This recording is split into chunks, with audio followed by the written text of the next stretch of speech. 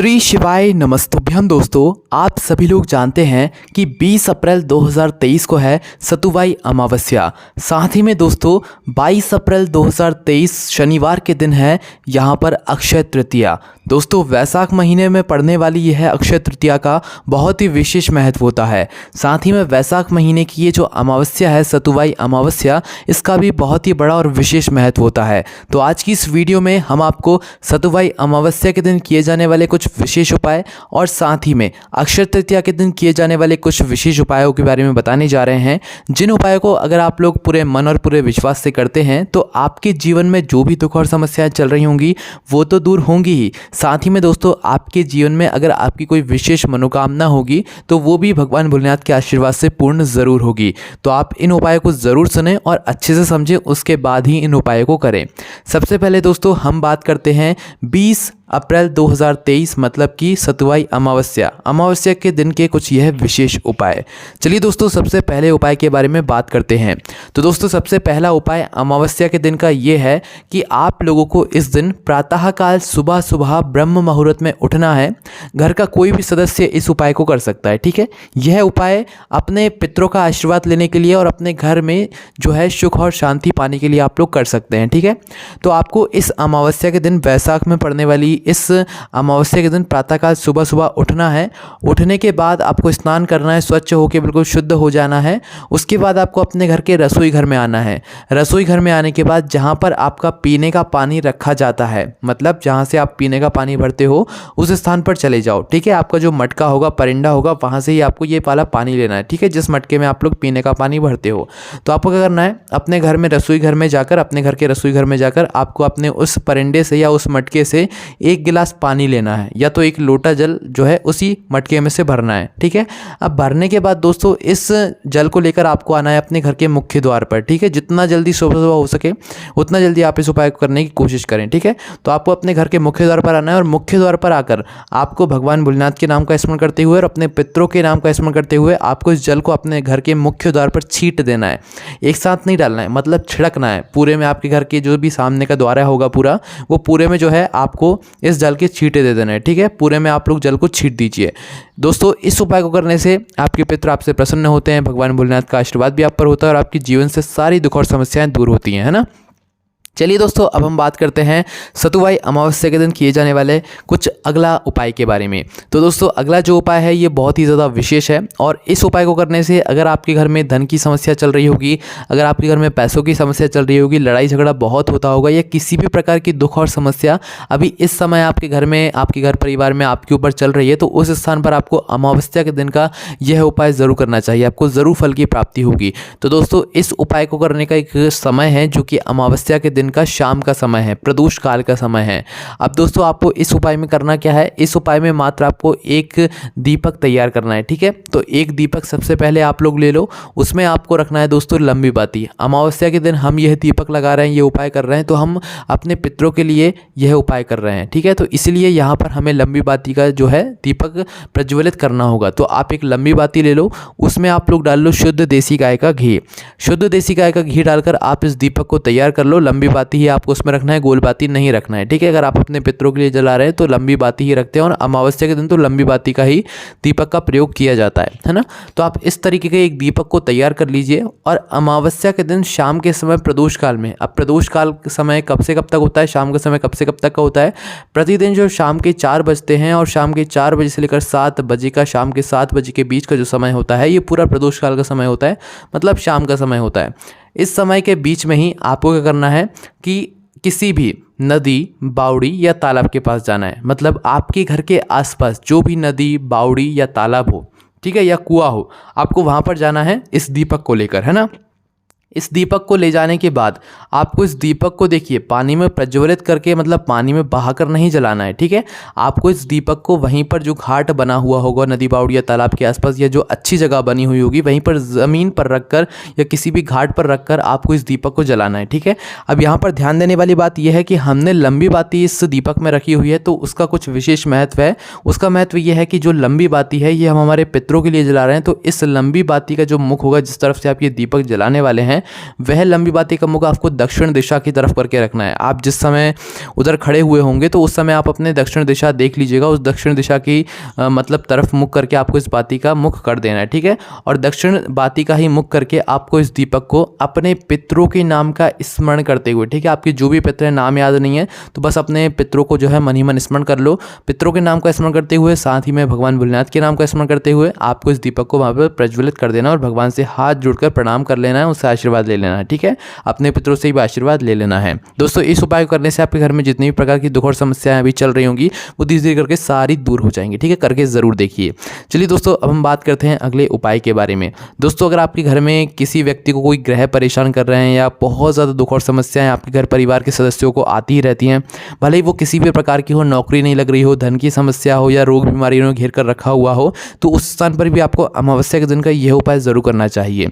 इस उपाय को करने का भी एक समय है। इस उपाय को आपको अमावस्या के दिन प्रातःकाल सुबह मतलब सुबह 10 बजे से पहले इस उपाय को पूरा कर लेना है विशेष रूप से, ठीक है। तो करना क्या दोस्तों, इस उपाय में आपको ज़रूरत पड़ेगी एक बेल के फल की, है ना। तो आपको एक बेल का फल ले लेना है। उस बेल के फल के अंदर का पूरा जो गुर्दा होगा, जो भी चीज़ होगी अंदर बेल के फल के अंदर, वो पूरी बाहर निकाल लेनी है, ठीक है। उसका कोई काम नहीं है ना। तो बेल के फल के अंदर का गुर्दा पूरा आप लोग बाहर निकाल लो। बाहर निकालने के बाद खाली आपका जो है बेल का फल बचेगा। अब उस बेल के फल के अंदर जिससे जो आपने गुर्दा निकाला है वहाँ पर अब खाली जगह हो जाएगी, ठीक है।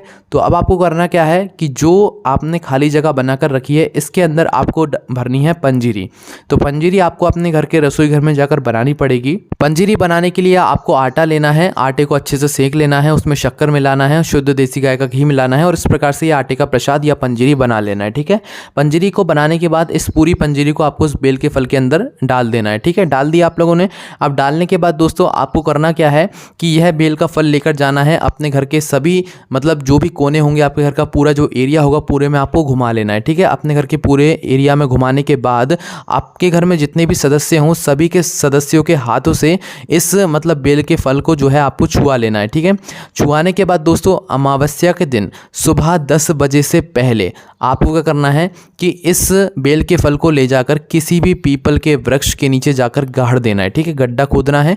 गड्ढा खोदने के बाद इस फल को जो है पीपल के वृक्ष के नीचे गाड़ देना है और गाड़ने के बाद दोस्तों भगवान से प्रार्थना कर लेना है। इस उपाय को करने के बाद आपका जो भी काम रुक रहा होगा, कार्य सफल नहीं हो रहा होगा, वह सब सही होना शुरू हो जाएगा। करके ज़रूर देखिएगा। उसके बाद में दोस्तों अगर आपका बच्चा सही पढ़ता नहीं है, दिमाग उसका काम नहीं करता है, तो दोस्तों अमावस्या के दिन ही दोपहर के 12 बजे करीब आपको करना है कि आपको मतलब एक ऐसी गाय का दूध लेकर आना है या ऐसा मतलब गाय जब अपने बछड़े को दूध पिला रही हो तो उस बछड़े के मुख पे जो फेन आ रहा हो तो वो फेन आपको लेकर आना है और इस फेन को लाकर अमावस्या के दोपहर को 12 बजे उस व्यक्ति को पिलाना है। इस फेन को जिस व्यक्ति का दिमाग काम नहीं करता हो, जिस व्यक्ति को दिमाग में कुछ दिक्कत हो, उसका दिमाग सही काम नहीं करता हो तो उसको पिलाना है। या आप अपने बच्चे का दिमाग तेज़ करना चाहते हैं, उसे कुछ पढ़ा हुआ याद नहीं रहता तो उसे भी आप पिलाकर देखिए, आपको विशेष फल की यहाँ पर प्राप्ति होगी। ये वैशाख महीने की अमावस्या है, सतुवाई अमावस्या, बहुत ही विशेष फल यहाँ पर आपको मिलने वाला है।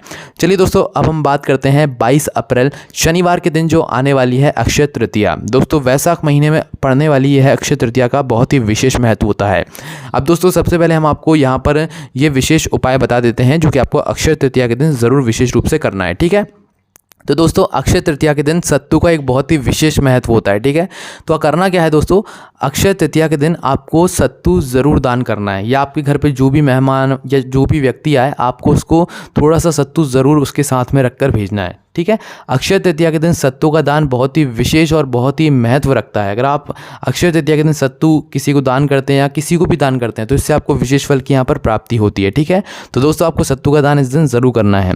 अब दोस्तों सत्तू का प्रयोग आप लोग कैसे करेंगे, कैसे आप लोगों को सत्तू बनाना है, ठीक है। जो लोग बना बनाया लाना चाहते हैं वो बना बनाया भी ला सकते हैं, पर जो लोग घर पर इतना परिश्रम करके सत्तू बनाएंगे तो भाई उनको और अच्छी बात है। तो दोस्तों सत्तू बनाया कैसे जाता है, दोस्तों सत्तू बनाया जाता है गेहूँ से, चने की दाल से और जौ से, ठीक है। ये तीन चीज़ों मतलब ये तीन तरह का जो है अनाज इसमें मिलाया जाता है। तो आपको क्या करना है, गेहूं को, चने की दाल को और जौ को रात भर एक जल के पात्र में भिगोकर रख देना है, ठीक है। मतलब गेहूं, चने की दाल और जौ को एक जल पात्र में डाल दो और उसमें रात भर भिगोकर रख दो। भिगोकर रखने के बाद सुबह सुबह जब उठ जाओ आप लोग, सुबह उठने के बाद इन सभी को निकाल लो बाहर और इनको पीस लो, ठीक है।